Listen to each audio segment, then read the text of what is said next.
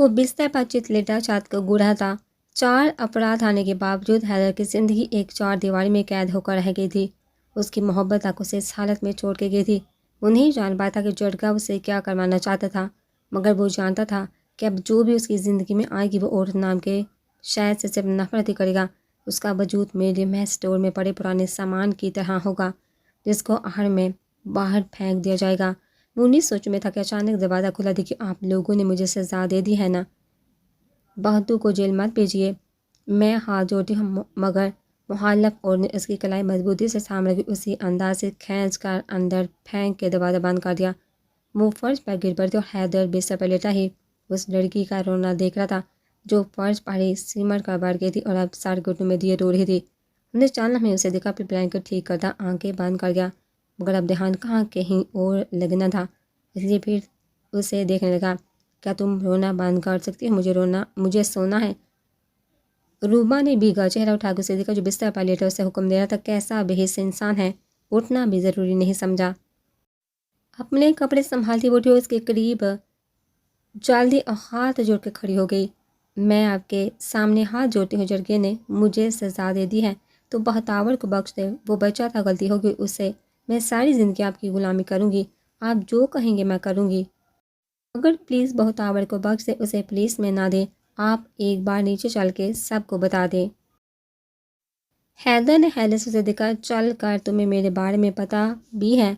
جی آپ حیدر اور میں آپ کی غلامی میں آئی ہوں، میں بنی ہوں، آپ کے ساتھ مجھے کوئی مسئلہ نہیں، پر پلیز بہتاور کو بچا لیں، میں آپ کے پیر پکڑتی ہوں۔ اس نے اس کے کمبل میں چھپے پیر پکڑ لیے تھے جس سے حیدر نے پیچھے کرنے کے لیے ہلایا بھی نہیں تھا، جسے دیکھ کر وہ اس سے اور بدگمان ہو گئی تھی۔ اتنی اکڑ ہے کہ لڑکی پیر پکڑ کے کھڑی اور وہ منع بھی نہیں کر رہا، پیر ہی پیچھے کر لے۔ پلیز ایک بار چل کر اپنے چچا سے کہہ دیں کہ بہتاور کو پولیس میں نہ دے۔ حیدر نے ناگواری سے اسے دیکھا۔ ہاتھ ہٹائیے۔ اس نے فوراً ہاتھ ہٹا دیے جب حیدر کو کمر سیدھا کرتے دیکھا۔ پلیز بخش دیں، پلیز ایک بار چل کے پولیس سے بات کر لیں، پھر آپ جو کہیں گے میں کروں گی، پلیز۔ اس کی آوازوں سے تنگ آ کر حیدر نے بیزاری سے اسے دیکھا۔ نہیں چل سکتا، میں اپاہج ہوں، بیساکھی کے سہارے بھی نہیں چل سکتا۔ اس کی بات نے روبا کے پیروں کے نیچے سے زمین کھینچ لی تھی۔ چند دن پہلے شام کا سرمئی اندھیرا بارڈر کی جڑوں میں بڑھتا جا رہا تھا، تاروں بڑا آسمان اور نیچے ہنک چلتی ہوا کی آوازوں کے ساتھ گولیوں کی در در آواز بھی آ رہی تھی۔ پورے گاؤں کو طالبان کے حملے سے بچایا جا رہا تھا، انہیں نکالا جا رہا تھا۔ فوجی جوان گھروں سے بچوں عورتوں بوڑھوں کو نکال رہے تھے۔ میجر حیدر رضا، کنڈیشن کیسی ہے؟ اوور سر جی ہاں، کنڈیشن فی الحال آؤٹ آف کنٹرول، ہم کوشش کر رہے ہیں لوگوں کو ریسکیو کرنے کا۔ اوور نو سر، میرے جوان بہت پھرتیلے ہیں، ہم کافی حد تک حالات کنٹرول کر لیں گے۔ Over okay, best of luck major. Over and out. کارلیس بند کرتے وہ دوبارہ سے ان کا اٹیک کرنے لگا تھا۔ جس گھر کو انہوں نے یرغمال بنایا تھا وہاں اٹیک کیا جا رہا تھا۔ وہاں 6 سبلنگ موجود تھے، 3 عورتیں، 1 مرد، 1 بوڑھا اور 1 4 سال کا بچہ۔ حیدر کو ان کی جان بھی بچانی تھی۔ جوابی فائرنگ میں 2 طالبان مارے گئے تھے جس کے نتیجے میں انہوں نے سبلنگ ویمن کو مار دیا تھا۔ اس گھر میں ایک لمحے کو چیخو پکار شروع ہوئی تو حیدر نے جوانوں کو منع کر دیا، وہ اور جانوں کا سودا نہیں کر سکتا تھا۔ ایک آخری دہشت گرد بچہ جس کو اسے نکالنا تھا بغیر کوئی معصوم جان کو، کیونکہ گان کے نشانے پر اب 6 سال کا بچہ تھا۔ اس نے بغیر نظر اس گھر کو دیکھا تو ایک ٹوٹی کھڑکی نظر آئی۔ اس نے ذیشان کی جانب دیکھ کے کھڑکی کی طرف اشارہ کیا، خود اس کی جانب چلا گیا۔ دور ہو آفیسرز، میں مار دوں گا اس بچے کو، میں تمہیں کچھ نہیں کہوں گا، اس بچے کو جانے دو، اس کے بدلے میری جان لے لو۔ ذیشان کھڑکی سے گھر میں داخل ہو گیا تھا۔ وہ دہشت گرد حیدر سے الجھ رہا تھا، اس لیے ذیشان کی جانب نہیں دیکھ پایا تھا جس نے اسے پیچھے سے دبوچ لیا۔ وہ گن کی نالی بھی قابو میں کرنے کی کوشش کر رہا تھا۔ حیدر نے سملنس کو نکالنا شروع کر دیا تھا اور بچے کو اٹھائے باہر نکلا جب اس دہشت گرد کی بندوق سے نکلی گولی سیدھی حیدر کی ریڑھ کی ہڈی میں جا لگی تھی۔ اس کا ایبڈومنل ریجن ایک دم بے جان گیا تھا اور وہ گھٹنوں کے بل زمین پر گر گیا تھا۔ اس آدمی کا کام ذیشان کر چکا تھا۔ حالات قابو میں کر لیے گئے تھے۔ حیدر کو ہاسپٹل لایا گیا تھا، اس کی ٹانگیں یونیفارم خون سے لت پت تھی۔ ایمرجنسی آپریشن سے ڈسک میں پھنسی گولی نکالی گئی تھی، مگر حیدر بہت کچھ کھو چکا تھا۔ ڈاکٹر افسوس سے باہر آئے، جہاں کرنل محمد اس کا انتظار کرتے آپریشن سے ان کی جان تو بچا لی گئی مگر ریڑھ کی ہڈی ڈیمیج ہونے کی وجہ سے آپ کبھی چل نہیں پائیں گے۔ آئی ایم سوری ذیشان کرسی پہ گر سا گیا تھا اور کرنل آفیسر سے انہوں نے حیدر جیسے میجر کو کھو دیا جو ایک شاندار سپاہی تھا۔ ان کی فیملی کو انفارم کرو۔ کرنل حکم سنا کے چلے گئے تھے۔ فیملی حیدر کی نام نہاد فیملی کو کیا انفارم کروں میں؟ بوجھے دل کے ساتھ اس نے فون نکالا، حاشر صاحب کو فون ملا دیا۔ گاؤں حویلی میں یہ خبر قیامت بن کے سکینہ پہ اتری تھی۔ حیدر جس کے ساتھ اس کا نکاح تھا، چند دن میں جس سے وہ محبت کرتی تھی، وہ ساری زندگی کے آباد ہو گیا تھا۔ وہ گر گئے تھے۔ حیدر کے والدین تو تھے نہیں، اس کے چچا نے پالا تھا، اس کی چچی اس کی دیکھ بھال کرتی تھی اور اس لیے انہوں نے سکینہ کا رشتہ بھی حیدر سے کیا تھا، جس نے اسے یہ یقین دلایا تھا کہ وہ اس کے پیار میں پاگل ہے، اس لیے حیدر نے اس کے ساتھ نکاح کے لیے ہاں کر دی تھی۔ لیکن اب تو حیدر پر قیامت گزر گئی تھی، کیا اب بھی وہ اس کا ساتھ دیتی؟ روبا آج ہی شہر سے گریجویشن کر کے گاؤں واپس آئی تھی۔ وہ اپنے گاؤں کی پہلی لڑکی تھی جو شہر سے تعلیم مکمل کر کے آئی تھی اور اس وقت اپنے چھوٹے بھائی کی کان کھینچی تھی جو آج پھر سگریٹ پیتا پکڑا گیا تھا۔ بہتو تو باز نہیں آتا، نہ پہلے بھی منع کیا تھا، کان تقریباً اکھڑنے والا ہی تھا جب اس کی ماں اور چھوٹی بہن آ گئی۔ روبا اس عورت کی سکی بیٹی نہیں تھی بلکہ اس کے شوہر کی پہلی بیوی سے تھی، مگر اس سے بہت چاہتی تھی۔ ریبو تو روبا سے لپٹ گئی تھی۔ کھینچو کھینچو آپا، اتار دو اس کا کان، جو شرابی پیتا ہے۔ روبا کا منہ کھولا رہ گیا تھا۔ چل چھوڑ روبا، آجا تجھے کھانا کھلاؤں۔ فرزانہ بیگم اسے اپنے ساتھ لے کر گئی تھی اور بہتو پھر آنکھ دبا کر وہاں سے نکل گیا تھا۔ وہ سارے دوست مل کے گلی ڈنڈے کا کھیل کھیلا کرتے تھے۔ جب بہتو بڑی حویلی کے چھوٹے بیٹے یشمان سے جھگڑ پڑا تو سمجھتا کہ ہے خود کو آیا بڑا نواب کی اولاد۔ ہاں تو جب تم دھوکہ دھڑی کرے گا کھیل میں تو میں بولوں گا نا۔ کہاں نہ پیر پھسل گیا تھا، گلی چھوٹ کی، ایک دوسرے کے گریبان پکڑے وہ گو رہے تھے۔ جھوٹ مت بول، تیرا نشانہ ہی نہیں لگا تھا، دے میری باری۔ مگر بہتو ڈنڈا دے ہی نہیں رہا تھا۔ یشمان نے بہتو کے منہ پہ تھپڑ مارا تھا۔ بہتو نے اسے دیکھا نہ تاؤ سیدھا ڈنڈا اس کے دماغ پہ دے مارا۔ خون کی پھوار اس کے ماتھے پہ بہنے لگی تھی۔ وہ تڑپتا زمین پر گرا۔ باقی لڑکے بھی ڈر گئے تھے اور دیکھتے دیکھتے یشمان دم توڑ گئے تھے۔ ایک ہی دن میں بڑی حویلی پر دو قیامتیں ٹوٹی تھی۔ ایک تو حیدر کا آباد ہونا اور دوسرا حیدر کا چچا زاد بھائی کا قتل۔ کہرام مچنے والا تھا۔ حیدر کی جب بانگ کھلی تو کمرے کی سفید پر 3 پردوں والا پنکھا گھومتا نظر پر سفیدی ہی سفیدی تھی۔ ایک دیوار پر لگا کیلنڈر، ارد گرد لگے بیماروں رنج کے پوسٹر۔ وہ ہاسپٹل میں تھا، کمرہ بیابان کی طرح سنسان، نہ کوئی بندہ نہ بشر۔ ہوا سے ہلتے پردے اڑتے تو کھڑکی سے روشنی جھانک جاتی۔ اس نے ساتھ بڑے ٹیبل کو گھورا جہاں پٹی، روئی انجیکشن اور دوسرے آلات جراحی رکھی گئی تھی۔ ایک ڈھکا پانی کا گلاس بھی نظر آیا۔ اپنی پوری ہمت جمع کر کے اسے بات کرنا چاہا پر اپنی جگہ سے ہل بھی نہیں پایا تھا۔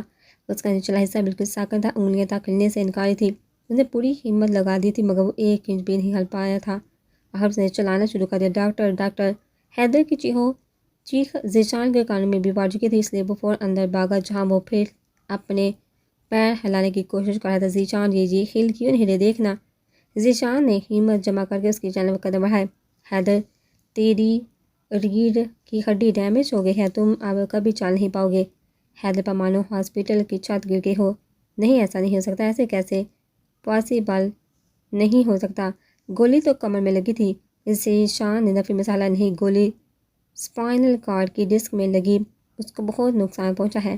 اس نے میڈیکل رپورٹ اس کے سامنے کی، جس سے پڑھ کے حیدر کی رہی صحیح ہمت بھی ٹوٹ گئی تھی۔ بڑی حویلی میں چاندنی بجھ گئی تھی۔ کسی کو اس بات کا ہوش نہیں تھا کہ کراچی ہسپتال میں حیدر کو لانے جانا تھا۔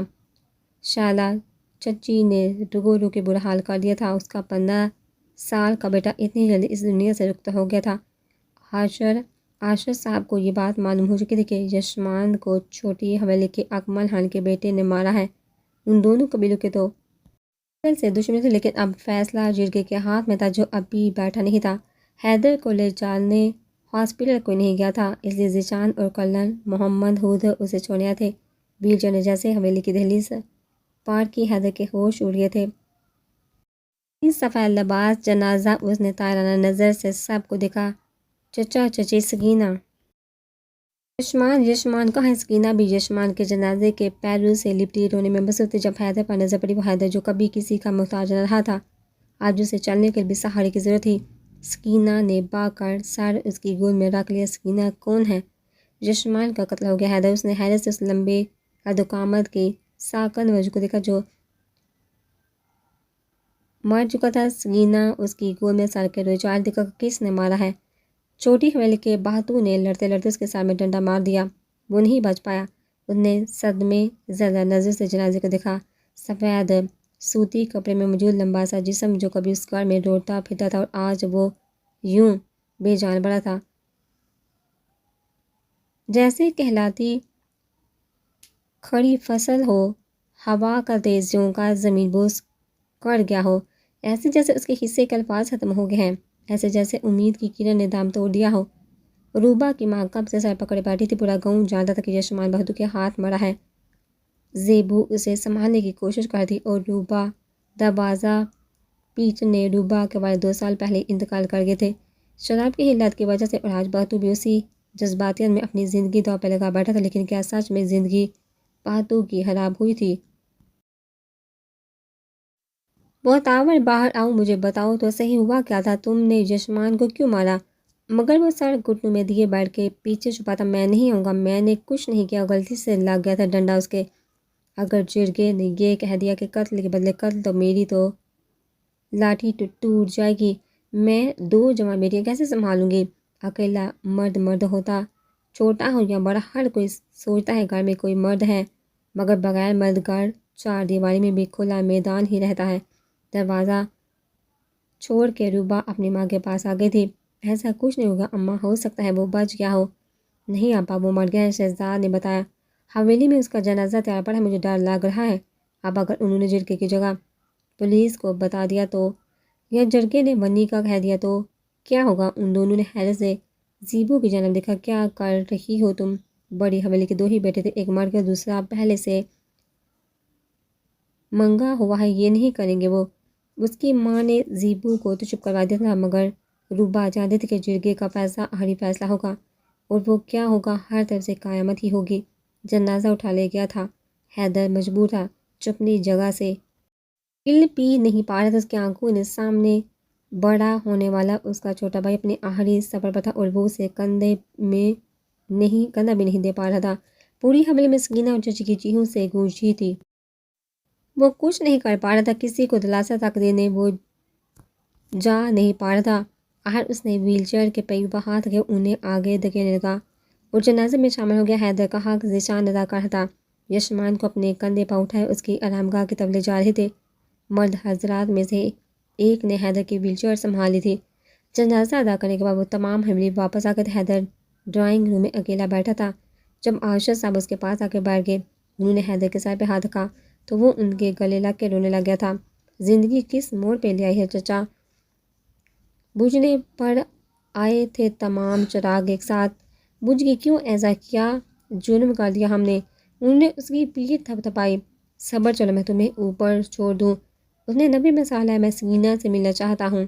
انہوں نے اسباب میں سالا اور اس کی ویل چیئر کا سکینہ کے کمرے کی جانب موڑ دیا۔ دروازے تک چھوڑنے کے بعد وہ واپس مڑ کے پہیوں کو آگے کی جانب دھکیلتا اس کے روتے وجود کو دیکھ رہا تھا۔ اونھے منہ بر پر لیٹی وہ کام بھی رہی تھی۔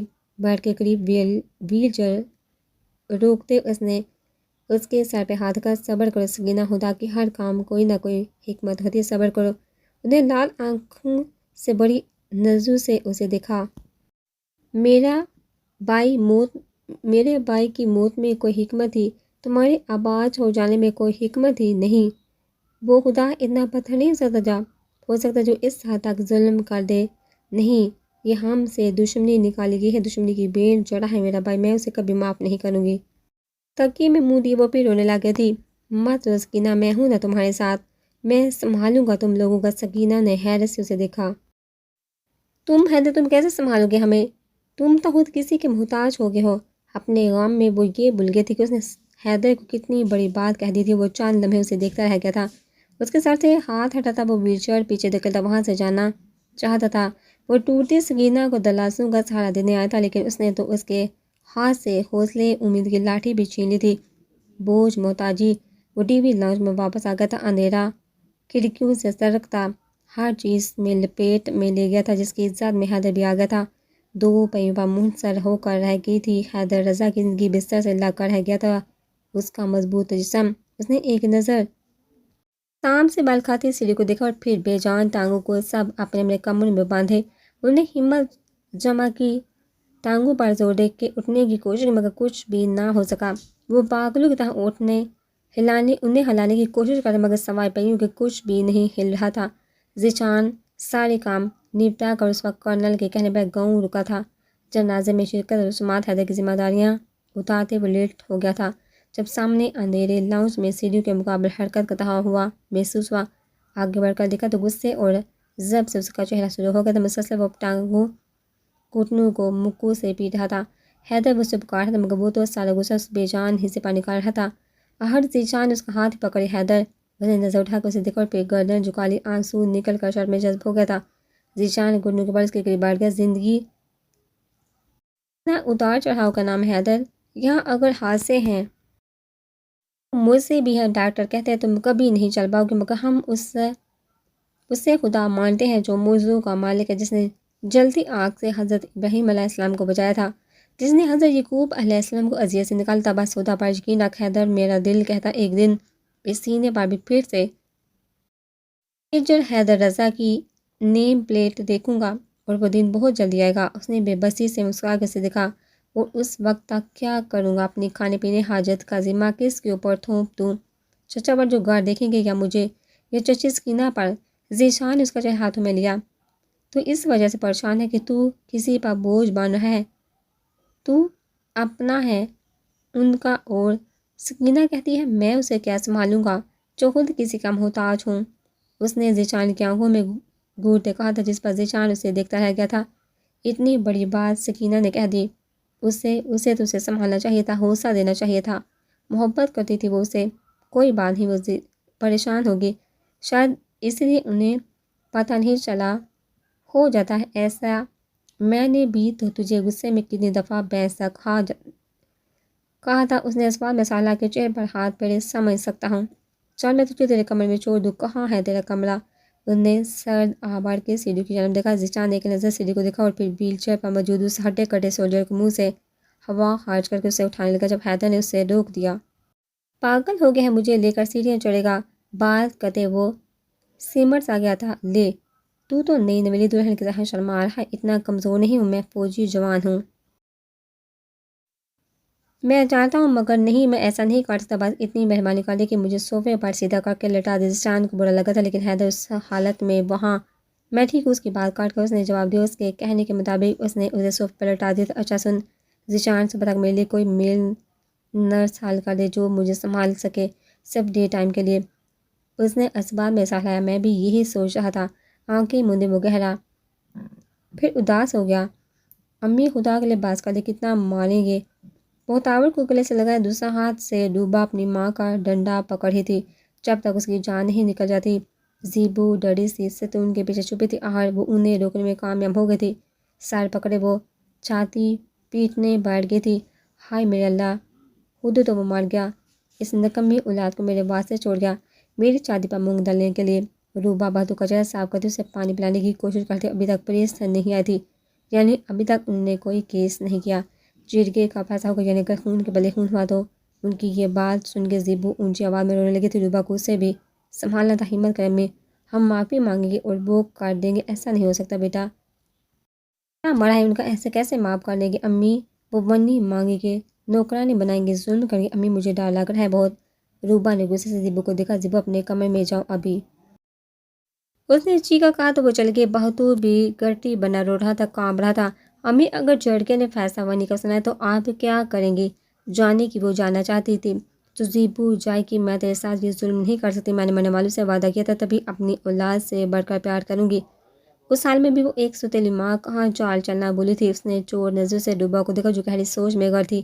نہیں امی، زیبو بہت چھوٹی، آپ نے وعدہ نبھایا، اب بس جرگے میں آپ فیصلہ میرے لیے دیں گی، سمجھی آپ؟ مجھے منظور ہے سب کچھ، وہ بس بہتو کو کچھ نہ کرے۔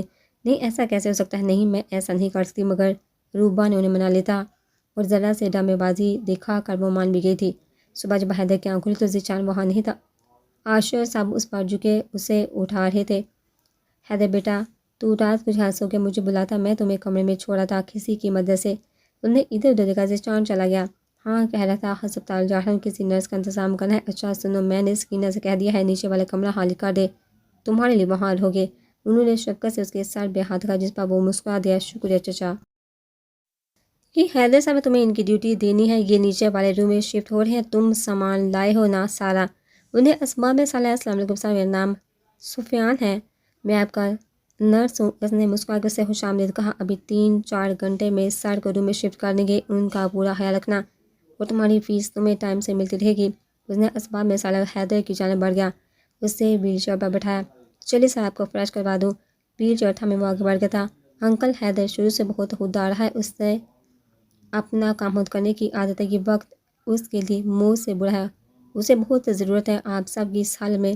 وہ اپنے آپ سے بیزار رہے گا، ایک بیماری انسان کو جھنجھوڑ کر دیتی ہے، وہ بیزار آ جاتا ہے اسے، جس کی وجہ سے غصہ چڑچڑاپن انسان کا حصہ بن جاتا ہے۔ تو تنگ مت آئیے گا، اس وقت میں اپنوں کی بہت ضرورت پڑتی ہے۔ انہوں نے مسکرا کر اس کے کندھے پر ہاتھ رکھا تھا۔ بیٹا ہم باپ ہیں آپ کے، ہمیں پتہ ہے، فکر مت کریں، ہم سنبھالیں گے۔ وہ بھی مسکرا دیا تھا۔ اچھا انکل میں چلتا ہوں، کچھ ضروری کام ہے، خدا حافظ، میں حیدر سے مل لوں۔ ذیشان جب صحن میں پہنچا تو سفیان اسے وضو کروا رہا تھا۔ اچھا حیدر میں چلتا ہوں، اپنا خیال رکھنا اور زیادہ تنگ مت کرنا۔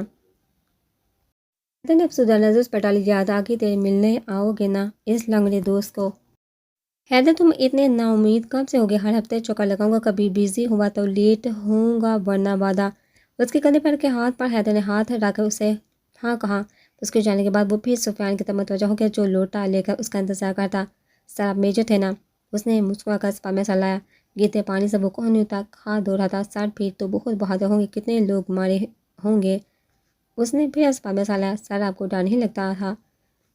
ان سے نہیں تم سے لگ رہا ہے، جس طرح تم میری پینٹ بھگو رہے ہو۔ سفیان نے حیرت سے دیکھا تھا، تھائی سے پینٹ پوری گیلی ہو چکی تھی۔ سوری سر، ایک بات یاد رکھنا سفیان، مجھے گیلے کپڑوں سے چڑ ہے، تو خیال رکھنا ایک ایکسٹرا ڈریس میں 5 لاکھ جایا کرنا۔ جس سر نماز ناشتے کے بعد اسے روم میں شفٹ کر دیا گیا تھا، اس کی ضرورت کا سامان سب اس کے پاس رکھا گیا تھا، اس کی حاجت کے لیے سامان لگا دیا گیا تھا، جسے نکالنے کی ذمہ داری سفیان کے کام اس کی ٹانگوں کی مالش کرنا، اس کی بات ماننا، اسے چیزیں فراہم کرنے، اس کے کپڑے تبدیل کروانے کی تھی۔ اس کے علاوہ وہ کچھ نہیں کرتا تھا۔ 8 سے رات 9 بجے تک اسے حیدر کے پاس رہنا تھا۔ ناشتہ کھانا سب آ رہا تھا سوائے سکینہ کہ وہ کیوں نہیں آئی اس سے ملنے۔ شاید تعزیت کے لیے لوگ آ رہے ہیں، مصروف ہوگی، یہ سوچ کر اس نے من بہلا لیا تھا، مگر حقیقت کچھ اور تھی۔ امی میں نہیں جا پاؤں گی اسے دیکھنے۔ انہوں نے حیرت سے اسے دیکھا، لیکن کیوں؟ تم تو پسند کرتی تھی اسے، تمہیں اس وقت ساتھ ہونا چاہیے، وہ کیا سوچے گا؟ سوچنے دے امی، میں اس کا سامنا نہیں کر پاؤں گی، کیسے میں اس کو بستر پر پڑا دیکھتی رہوں؟ اتنی ہمت، اتنا ضعف مجھ میں نہیں۔ رخ پلٹ کر وہ چائے بنانے لگ گئی تھی، اسے بازو سے کھینچ کر چچی نے سامنے کیا۔ صاف صاف بول، کیا کہنا ہے تمہیں؟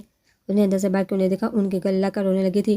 امی ایک ہی تو اولاد رہ گئی ہوں میں آپ کی، اسے بھی ایک ایسے انسان سے جوڑ دیں گی جو چل نہیں سکتا، ایک اپاہج کے ساتھ کیسے رہوں گی میں؟ بس امی مجھے اور حیدر کے ساتھ منسوب نہیں رہنا۔ انہوں نے ایک دم اسے غصہ لا گیا، کیا مطلب منسوب نہیں رہنا؟ تم منگنی توڑنا چاہتی ہو اس وقت جب اسے تمہاری ضرورت ہے، مگر مجھے نہیں امی، آپ جانتی میں ہمیشہ سے آزاد جینے کی عادی ہوں، ساری زندگی سے آواز کی نوکر نہیں بنا مجھے، میں آپ کے سامنے ہاتھ جوڑتی ہوں، رحم کھائیے مجھ پر۔ ایک تو ویسے چلا کہ دوسری اولاد کا تو سوچیں۔ اس کا لہجہ ہی ایسا دردناک تھا جو چچی کو ہار ماننے پر مجبور کر گیا۔ رات کے 9 بج گئے تھے جب سفیان نے ایک پینٹ شرٹ اس کے بیڈ کے پاس کا، سر سب ہو گیا، آپ کو کچھ چاہیے؟ انہوں نے ادھر ادھر دیکھا، سب موجود تھا۔ نہیں کچھ نہیں، تم جا سکتے ہو۔ مسکرا کر سلام کر سفیان چلا گیا تو دوائیاں خشک تھی جس کی وجہ سے گلا بار بار سوکھ رہا تھا اور وہ پانی پینا چاہ رہا تھا۔ کتاب پڑھنے میں وہ اتنا مگن تھا کہ دروازے پر دستک اسے سنائی ہی نہیں دی۔ سکینہ نے ایک بار پھر دستک دی مگر جواب نہیں۔ آخر وہ پڑھنے لگی، جب بولا دستک نہ دو، اس نے حیرت سے پلٹ کے دیکھا، ناول الطاف فاطمہ کا دستک نہ دو۔ اس نے کتاب ایک سائڈ پر رکھ دی، زبردستی مسکراتی ہوئی اس کے پاس آ کر بیٹھ گئی۔ کیا پڑھ رہے تھے؟ دستک نہ دو، اس کی لکھاری الطاف فاطمہ نے لکھا ہے کہ عیسائی کہتے ہیں دستک دو گے تو دروازہ تمہارے لیے کھولا جائے گا، اور بدھ کو ماننے والے کہتے ہیں کہ دستک نہ دو، پیار کو دستک کی ضرورت نہیں۔ مگر میرا ہے اگر اس کہانی کا ہیرو صفدر لیپچی گیتی کے دل پر دستک دے دیتا تو شاید وہ اپنے لیے اس آدمی کا انتخاب نہ کرتی جو اس سے عمر میں کافی بڑا ہے اور یہ سوچتا رہا کہ وہ اس کے جذبات کو سمجھے گی۔ یہ سوچتا رہا کہاں وہ گیتیالا اور کہاں میں معمولی سا جوتے کپڑے پہننے والا۔ میرا خیال ہر جذبے کا اظہار ضروری ہے، دستک دے دینی چاہیے۔ ہو سکتا ہے دروازے والا منتظر ہو، آنکھیں پڑھنے کا ہنر ہر کسی کو تھوڑا آتا ہے۔ لیپچی اسے دیکھتا رہا، مگر گیتی اپنی مشکلات میں کبھی اس کی آنکھوں کو غور سے دیکھ ہی نہیں پائی، یا شاید اسے آنکھیں پڑھنے ہی نہیں آتی۔ اسے ایک بار دستک دے دینی چاہیے۔ اور تمہیں پتہ ہے انہوں نے اور کیا لکھا ہے؟ سکینہ نے سوالیہ نظر سے دیکھا۔ لکھا ہے جب نوالے حلق میں پھنسنے لگے تو سمجھ جاؤ کوئی بہت اپنا بھوکا ہے۔ اس نے گردن موڑ کے سائڈ ٹیبل موجود آدھے سے زیادہ کھانے کی طرف دیکھا۔ آپ نے کھانا نہیں کھایا؟ دل نہیں کہ دوائیاں کھانی تھی اس لیے تھوڑا کھا لیا۔ حلق سے کچھ اتر ہی نہیں رہا تھا۔ وہ مسکرا کر اس کے چہرے کے اتار چڑھاؤ دیکھ رہا تھا۔ مجھ سے معافی مانگنی تھی، کل رات میں مجھے برا نہیں لگا۔ ہو جاتا تم سارا دن نکال کر آباہی ہو۔ وہ کام تھے بہت اس لیے اسے جھنجھلاہٹ ہونے لگی تھی۔ وہ اس کے ساتھ نہیں رہنا چاہتی۔ بستر پر پڑے اس معذور کو دیکھ اس کا دل کھول اٹھتا تھا۔ سارے کام مجھ سے زیادہ ضروری ہو گئے ہیں سکینہ، تم جانتی مجھے کتنا اکیلا پان لگا تم نہیں آئی تو۔ حیدر اب آپ تو ایسے ہی رہنے والے ہیں، کیا سارا دن آپ کے ساتھ گزار دوں، کام نہ کروں؟ اس کی بات پر حیدر کے دل کو دھکا سا لگا تھا۔ میں یہ تو نہیں کہہ رہا سارا نکالوں، پر کچھ وقت تو میرا حق ہے۔ اور تمہیں کتنا انتظار رہتا تھا اس دن کا جس دن ہم ایک کمرے میں رہیں، تو اب وقت ہے نا۔ اس کی باتوں کا معنی سمجھ کر اسے گھبراہٹ ہونے لگی، اس لیے اٹھ کر باہر آ گئی۔ جب سامنے سے اس کے والد آگے، سکینہ کیا بات ہے؟ ان سے نظر چرا کر آگے بڑھ گئی۔ رکیے مجھے آپ سے بات کرنی ہے۔ وہ جو حیدر کو دیکھنے جا رہے تھے اپنی بیگم کی آواز پر پلٹے، مجھے آپ سے ضروری بات کرنی ہے، چلیے میرے ساتھ۔ وہ آگے بڑھ جب انہیں حیدر کے کھانسی کی آوازیں بدون کمرے میں، تو وہ خالی جگہ کو ہاتھوں میں لیے بیٹھا تھا۔ چچی وہ پانی لا دے، مرچنٹ کی وجہ سے گلا بہت سوکھا ہے۔ انہوں نے اکتا کر اسے دیکھا۔